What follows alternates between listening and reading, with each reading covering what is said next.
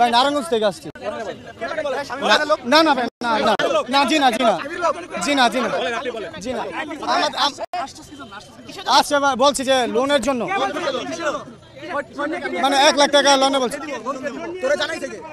মানে গিয়াসউদ্দিন মানে আমাদের ওখানকারই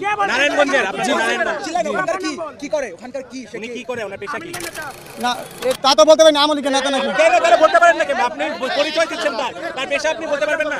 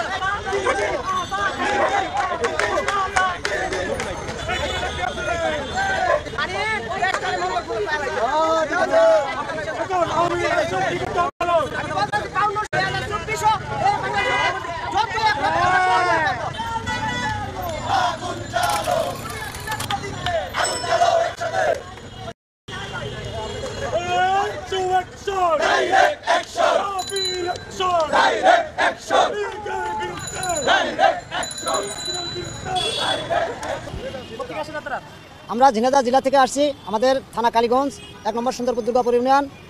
আমি নান্নু।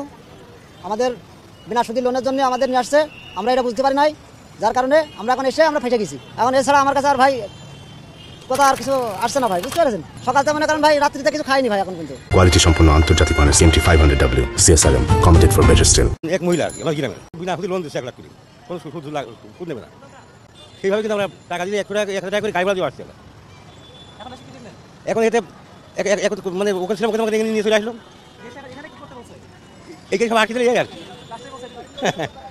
যে বিটি নিয়ে আইলো সে বলে নিয়ে গেছে তারা আটকে দিয়েছে। এখানে আসলে বাংলাদেশের বিভিন্ন অঞ্চল থেকে, গ্রামের বিভিন্ন জায়গা থেকে তাদেরকে আসলে 1 লক্ষ থেকে 1 কোটি টাকা ঋণ দেওয়া হবে বিনা সুদে, এই ধরনের কথাবার্তা বলে নিয়ে আসা হয়েছে। এবং প্রত্যেকটা বাস মাইক্রোবাসের পিছনে হচ্ছে কয়েকজন লোক আছে যারা আসলে এদেরকে নেতৃত্ব দিয়ে নিয়ে এসেছে।